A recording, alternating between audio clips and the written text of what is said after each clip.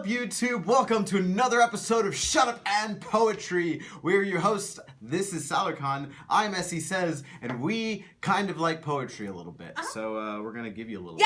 Yeah. This week we are featuring Shasparay. She's awesome. She's a little new to the scene. That's not true. She's been doing poetry forever, but she's only 19 and she is amazing. Check her out. I can't count the number of times I've been called beautiful with a butt behind it. You're beautiful, but not in those clothes. You're pretty, but could lose some weight so more people would notice. Do you know what it's like to be a contradiction? It is painful to be the punchline to every fat joke. It hurts to live in a world that expects you to change. I've been on every diet.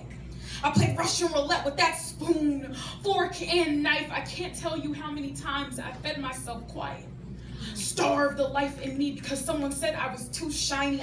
The girl I found throwing up in the bathroom called me a coward because I would not join her. Boys used to tease me because they claim the earth shakes when I walk. There was a time when I would not eat in front of people in my bedroom. The mirror is cracked in 3 places. I've been looking at myself this way for 4 years, told myself I was just as broken. This body is discomfort.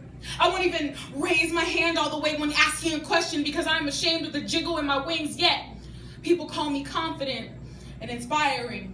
If they knew who I really was, they call me actress with act in all caps. I eat emotionally and hide behind my problems, which is hard to do because I am usually the elephant in the room. If the body is not an apology, why do people keep calling me out on my demons and demanding explanations? I am tired of being viewed as something to fix. Or maybe I'm scared because there is nothing that can fix me. My biggest fear is dying alone. Quote, ever since the whole world began, a woman found out if she shook it, she could shake up a man.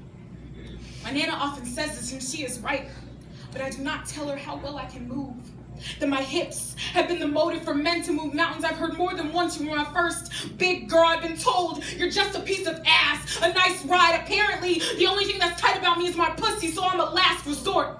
These boys misplace their desires as if calling me pretty hot and tempting were enough. They assume that I don't mind the lights off because at least someone will touch me. Take notice, even if for only moments. You assume I will feed on your scraps because I can take whatever I can get, but I've got so much more to give, and I realize I was just taking myself for granted. Hell, I need to buy a new mirror, get the fingers out of my throat, stop being a joke, raise my hand all the way, be loved with the lights on, love myself, have no shame, love myself, stop starving, love myself, be full, love myself, love myself, love myself, love yourself.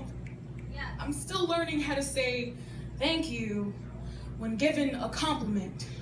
I am learning that I am beautiful without your butt behind it. So I love pieces that are about more than one thing, and Shasparay's poem is like so much. It's about so much contained in this overarching idea of body image. But it's about loving yourself, and I think like a really important point that she brings up is like all the pressure that she gets from the outside world to be this certain way, to look a certain way, to act a certain way, and how that affects her in her everyday life and her view of herself. And it's crazy, you have like almost these 2 people that you can exist as, like what you view yourself as and what other people say about you. And she hits the nail on the head with this, like, people call me confident, and clearly from the video she's confident, inspiring, and yet behind the scenes, like you never know what people are dealing with. Like she's fighting this battle with herself every time she looks in a mirror. And yet the people, that see her in everyday life see this confident woman, and that's just like insane that these 2 things can exist outside of each other. And a lot of that comes from society telling us that we have to be a certain way. And I think for women it's even more so. I think that the struggle is definitely real on both sides in different ways, but I really admire people like Shasparay because this is what makes her piece so relatable, no matter what size you are or what gender you are, is since it's about loving yourself, and she is on her own personal journey of loving herself fully and completely.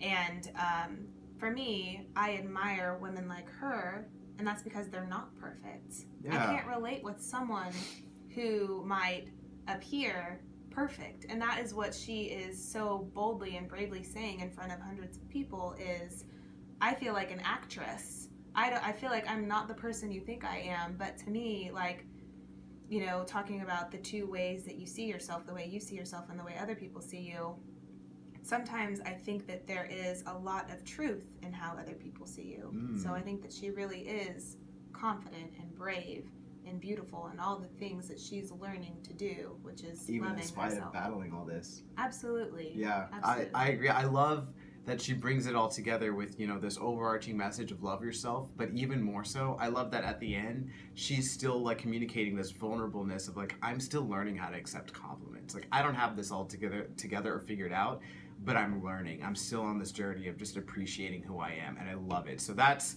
Shasparay. She has a beautiful piece, and she has even more of them. So if you want to hear more awesome poetry from Shasparay, check out the description section below. We'll have more information about her, or you can come to the Awesome Poetry Slam on Tuesday nights at Spider House Ballroom. Let us know what you thought of her piece in the comment section below. And then poets, be sure to send us your poetry to shutupandpoetry@gmail.com to be featured on a future episode of Shut Up and Poetry.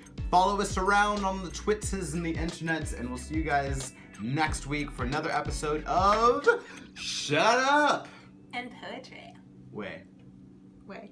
Yeah. Yeah. Later.